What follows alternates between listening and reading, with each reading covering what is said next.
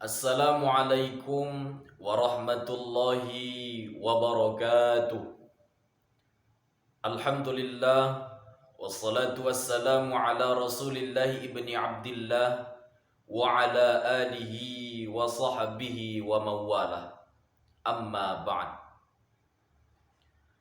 Syukur alhamdulillah, bersyukur kita kepada Allah Subhanahu wa taala yang sampai detik ini masih memberikan kita begitu banyak macam nikmat. Di antaranya nikmat kesehatan dan kesempatan. Sehingga pada hari ini kita masih dapat beraktivitas, melakukan aktivitas kita masing-masing. Dan mudah-mudahan kita semua selalu dalam keadaan sehat walafiat dan dalam lindungan Allah Subhanahu wa taala.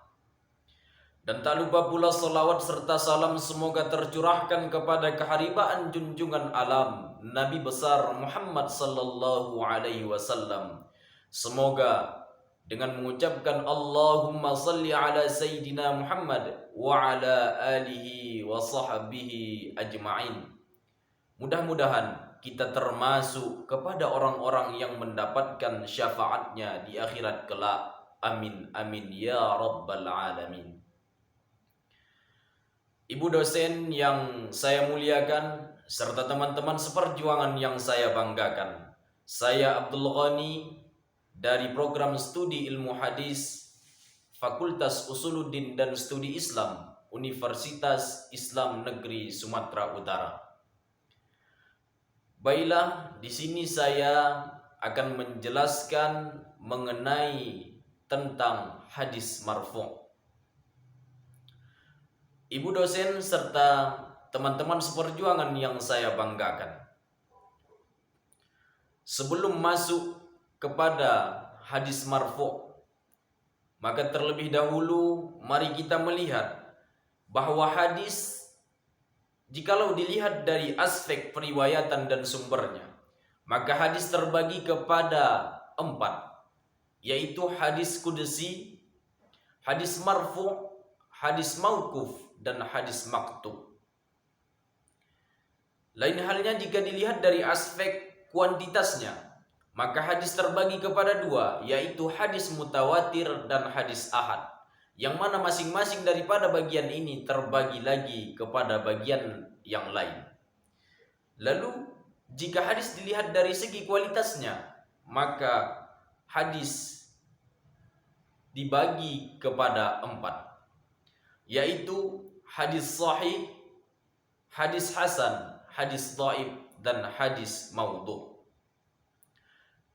Baiklah teman-teman seperjuangan yang saya banggakan, maka pada kesempatan kali ini saya akan berfokus kepada bagian hadis marfu'.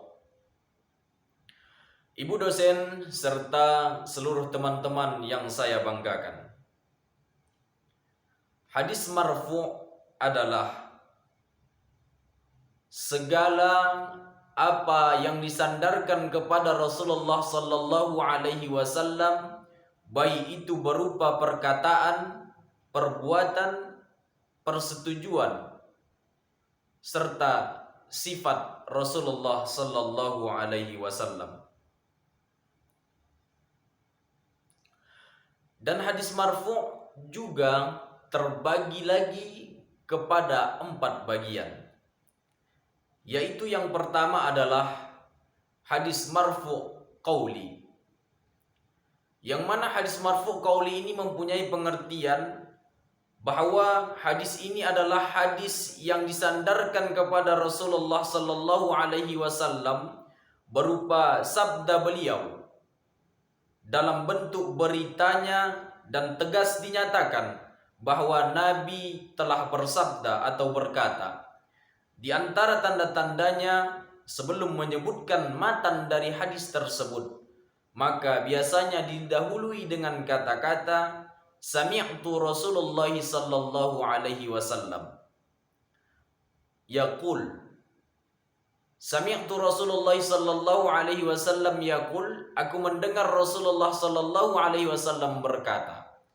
Maka sudah bisa dipastikan hadis tersebut adalah hadis marfu' qauli.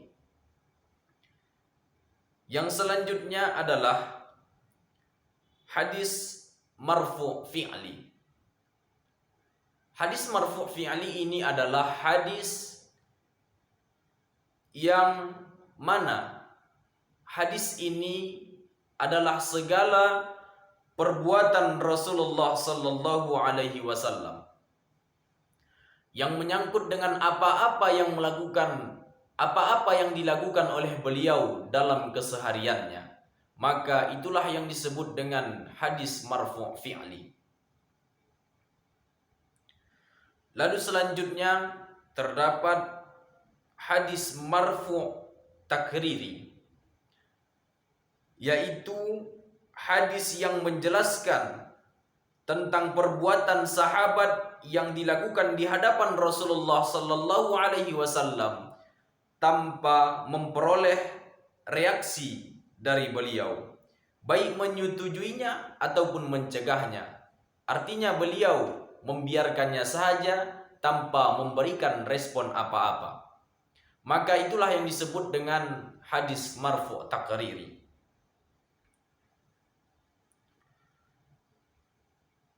Baiklah, hadis marfu' ini adalah hadis yang merupakan murni daripada Rasulullah sallallahu alaihi wasallam, karena ia langsung disandarkan kepada Rasulullah sallallahu alaihi wasallam. Lalu yang selanjutnya adalah hadis marfu' wasi atau sifat. Artinya hadis marfu' wasi atau sifat ini mengacu kepada tingkah laku atau sifat Rasulullah yang ia gambarkan atau yang ia lakukan dalam kesehariannya. Dalam sebuah hadis sebagai sebuah contoh, dari Aisyah radhiyallahu anha, ia pernah ditanya tentang akhlak Rasulullah. Maka Aisyah menjawabnya dengan mengatakan, kana khuluquhul Quran. Akhlak Nabi adalah Al-Quran. Secara tidak langsung Aisyah mengatakan bahwa Nabi bertingkah laku bersopan santun menurut apa yang telah diajarkan oleh Al-Quran, yang merupakan kitab suci yang penyempurna daripada kitab-kitab yang lain dan merupakan mukjizat yang diberikan oleh Allah Subhanahu wa taala kepada Nabiullah Muhammad sallallahu alaihi wasallam.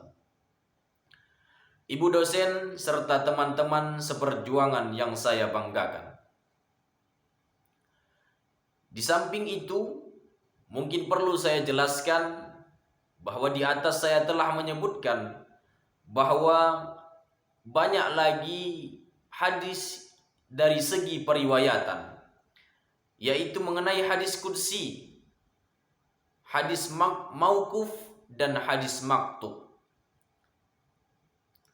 Baiklah, hadis qudsi adalah hadis yang bersumber dari Allah Subhanahu wa taala yang diturunkan melalui malaikat Jibril, tetapi perkataan tersebut adalah perkataan Rasulullah, tetapi dikutip dari firman atau yang diturunkan dari Allah Subhanahu wa taala.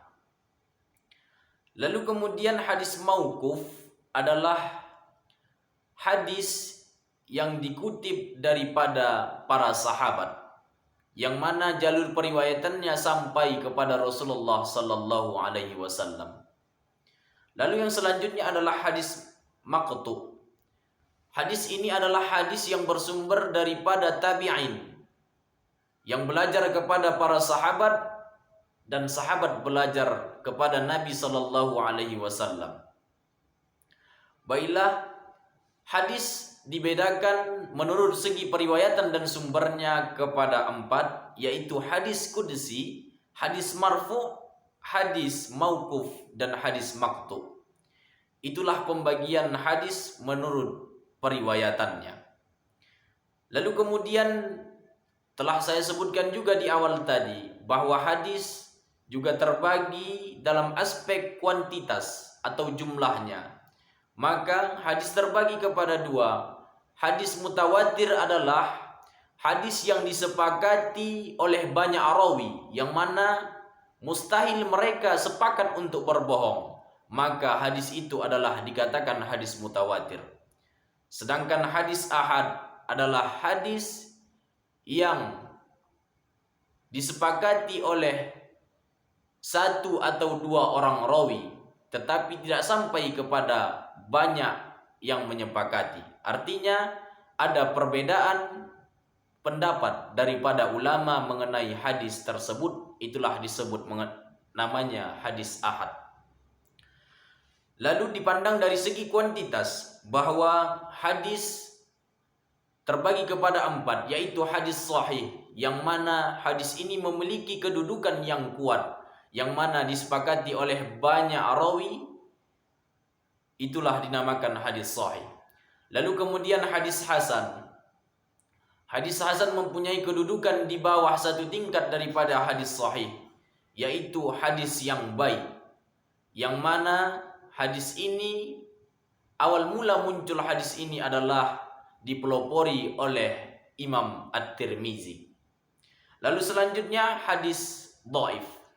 Ini adalah hadis yang lemah, yang mana konsekuensi daripada hadis yang lemah adalah apabila ia kepada fadhail amal, maka ia boleh disampaikan dengan memberitahukan bahwa itu adalah hadis dhaif. Tetapi dalam masalah hujjah dan menetapkan suatu hukum, maka hadis dhaif tidak dapat dipakai sebagai hujjah. Lalu selanjutnya hadis maudhu'. Hadis maudhu' adalah hadis yang palsu, yang hadis ini tidak disandarkan atau tidak bersumber dari Rasulullah sallallahu alaihi wasallam. Ibu dosen serta teman-teman seperjuangan yang saya banggakan, mungkin sekianlah pemaparan dari saya mengenai hadis marfu'. Kurang dan lebih mohonlah saya dimaafkan. Akhirul kalam, ilal liqa'i ma'as salamah. Assalamualaikum warahmatullahi wabarakatuh.